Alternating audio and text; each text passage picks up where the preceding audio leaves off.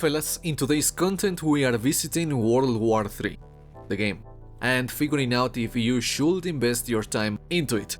And before we begin, yes, this indie-ish first-person shooter has a rather questionable name, especially with what's currently going on with this world. So for the sake of this video, I'm just gonna refer to it as WW3 and highlight the gameplay, which fortunately is fun enough to warrant the video, despite some hiccups which we'll also discuss. Originally, I intended to post a similar video to this, but featuring Grim Dawn, but honestly, I kinda don't feel like playing that game right now. So as I was looking for something to pass the time, I landed here.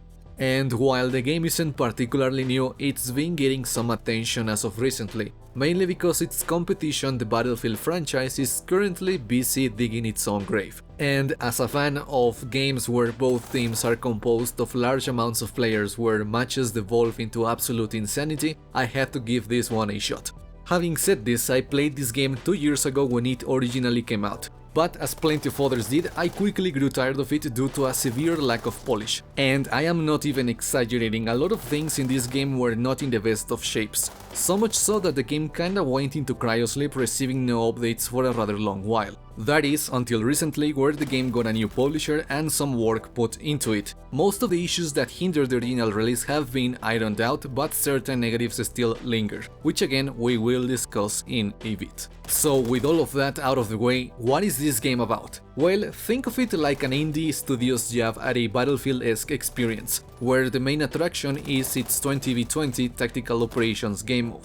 In this game mode, you capture and link territories to earn points, while also juggling the enemy team's offensive and defensive pushes.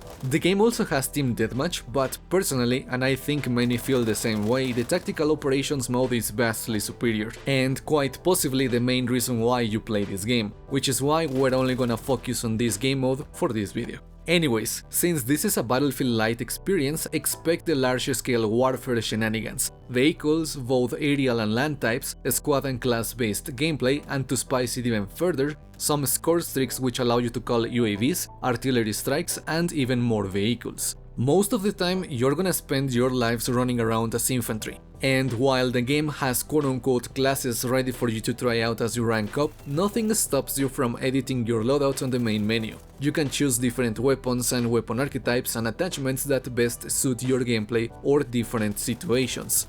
Though I have come to the conclusion that the best loadout 9 out of 10 times is a lightweight loadout that also carries an RPG and a medikit. And you heard that right, a lightweight loadout. The game has a very interesting mechanic in the form of weight when equipping your stuff. Your weapons and armor play a role in the speed you'll have when playing as an infantry. You can't run a loadout that is too heavy, as the game will simply force you to change things around. Or to put it more simply, you aren't gonna run around with an LMG or a sniper rifle while also carrying an RPG and the heaviest set of armor.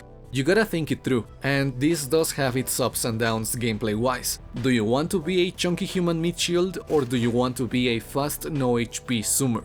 The choice is yours. But on the armor side of things, the game is gonna take an even more interesting turn. Armor isn't a second layer of HP that makes you tankier. Instead, it is a damage reduction layer that can be broken. This is gonna apply to both your chest and your helmet. And the game will allow you to choose between 3 different plates with varying degrees of defense and weight, as well as 2 different materials for your helmet, which also come with different weight and defensive values. This is important because running around without a helmet means the next bullet that lands in your head is gonna put you down immediately. The same goes for running around without armor. You get shot in the chest once or twice, and depending on the caliber of course, and the next thing you know is that you are looking at the respawn screen. This is gonna escalate further with a relatively fast time to kill, which is gonna force you to play passively and to take things a bit slower. The game definitely doesn't hold your hand in that regard. Everything is gonna be dangerous. Even your own teammates are dangerous since the game has friendly fire on, though you take less damage from friendlies, but you still want to avoid it.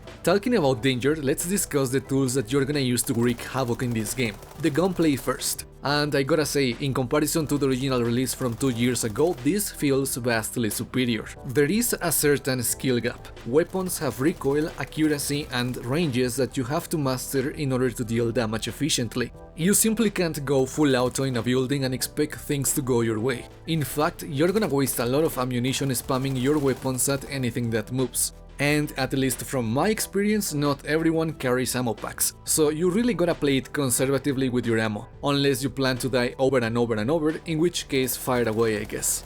Vehicles are next. First, you've got your usual transport types: quad bikes, dune buggies, and mobile spawn points. But you've also got infantry fighting vehicles, tanks, tank hunters, and drones, which are gonna come in land and aerial variations. Vehicles are important in these types of games because skilled pilots in combination with a strong team can result in an absolute nightmare for the opposing team. It is a two-sided coin. On one hand, yes, driving around an LAV deleting anyone and everyone on the way is fun, and even when they stop you, you may have gathered enough points to call your vehicle again. But on the other hand, since you really can't expect everyone to prepare to every possible situation, it is pretty common to run into a tank or drone player that simply will not be put down, because no one around you brought rockets to deal with the issue at hand. This is further escalated once you take into account that both bases have a repair station that also supplies ammunition to vehicles. So, for example, say your LAV is at 35% HP and has less than 10% of the main cannon's ammunition left. So you take it back to the repair station and in a minute or so you are back on the field terrorizing infantry players. Rinse and repeat. Finally, you've got the Scorestreaks. As I understand it, they are divided into three categories: anything radar related, artillery or airstrikes, and vehicles or drones. This whole mechanic is kind of a mixed bag. On one hand, using a UAV or jamming enemy radars is pretty useful when pushing a point or defending an area. Airstrikes are great to clear territories that are under attack or to stop enemies from pushing, and for vehicles, well, you kinda seen the terror they can inspire. But on the other hand, you can chain those. And I don't mean it as you can do it indefinitely as a player, because there is a cooldown between uses, but I mean it as a team. You might be on LAV detention for getting deleted by rockets, but other teammates might have their tanks or infantry fighting vehicles ready, and nothing is gonna stop them from calling them. This can and will snowball into absolute degeneracy, where you'll have a couple of teammates roaming around in tanks, anyone foolish enough to attack a point will get artillery on their ass, and UAV or radar jammers will stop anyone else from getting funny ideas. Anyways, so far the game has been really good at showcasing its positives. And as I said earlier, I played the game 2 years ago and things do feel vastly different nowadays. Enough for it to actually feel like some improvements were made.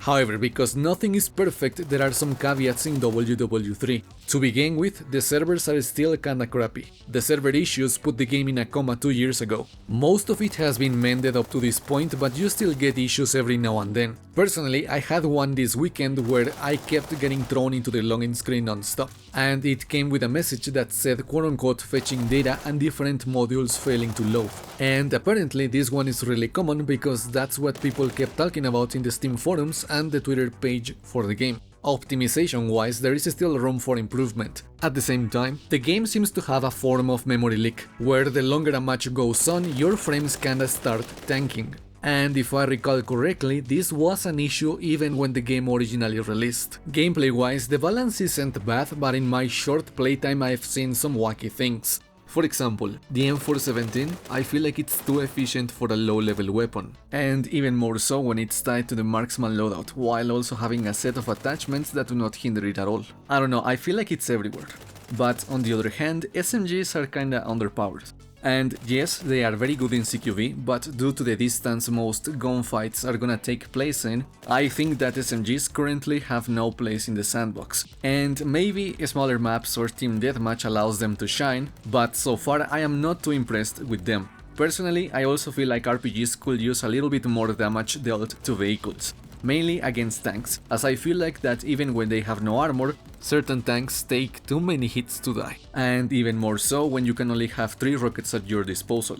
On that same vein, I feel like an extra magazine per weapon on infantry wouldn't hurt. Like, even besides the attachment that gives you another magazine, making the base amount of magazines 4 per person wouldn't be too bad. Moving on, I feel like the game's sound design is also a bit weird. Every noise in this game is way too raw. Yeah, weapon fire is punchy, tank shots are scary, and overall audio quality is impactful, but I've genuinely stopped playing on more than one occasion because I am at the edge of getting a headache. For example, firing an LAV on first person gets obnoxious really fast, or at least that is how I feel about it. I think the game could benefit from having individual sound options so that you can tweak volumes for specific things. And finally, servers. Since there is no server browser, there is no way to tell if the next server you join is in your region. I keep getting sent to European servers plenty of times without my consent, and I don't find it enjoyable when I keep dying behind cover or my shots don't register due to the latency. I think that the game is doing a terrible job at keeping me near players on this side of the world. That and server problems are also way too common. And what I mean by this is that the game keeps getting server maintenance every other day to fix a new bug regarding their stability, and that also tends to get really old really fast. But with all of that said, what is the verdict? Is this game worth your time? And first, we gotta consider something. This game is gonna go free to play. When exactly? I don't know, as apparently the game was supposed to go free to play this month, but that has been officially delayed. I personally will advise not spending money on it until you can try it for free. I paid for this game 2 years ago, which is why I am able to play it today, but in its current form, I'd say that you can wait for it. The game has that expected indie jank that a lot of non-AAA shooters have. It is smooth, but it does have its moments of absolute unpolished gameplay, where animations are janky, you get stuck on random stuff, or the movement isn't fluid. This can be a little jarring. A lot of the attention that the game is getting right now is thanks to the absolute circus surrounding Battlefield 2042. People are desperate to play something with large teams, Modern Warfare related, with some resemblance of teamwork. And while WW3 does bring that to the table, the game does make you wonder, why would you play something like this when games like Battlefield 4, Squad or Insurgency exist? In fact, there's another FPS coming soon called BattleBit Remastered, that while being a bit cartoony graphically speaking, is shaping up to be a really good and polished large-scale warfare indie game, that is also greatly optimized and has a lot more action in its gameplay. And by the way, we are gonna be talking about BattleBit in a week or so, since their next playtest is in early April. But coming back to the topic at hand, this game has potential. It's had it for a long while, and funnily enough, this is the second time the game is competing against a Battlefield title that is too busy shooting itself in the foot. Will the devs be able to capitalize on that potential this time around? That remains to be seen. Their biggest challenge will come once the game becomes free to play. Their servers have issues way too often, and whenever that floodgate is opened, things are gonna get really interesting for this game, both in a good way and in a bad way. Overall, this game is very fun. It has some of that Battlefield magic sprinkled on it while being unique in certain aspects. But if you were to take a wait-and-see approach to it, I don't think that you are missing out on too much, which at the end of the day is what I recommend that you do. And with all of that said, that's gonna be it for me today. If you got to this point, don't forget to subscribe. It's free, or something, I don't know. Anyways, thank you so much for watching, take care, and until next time, peace out.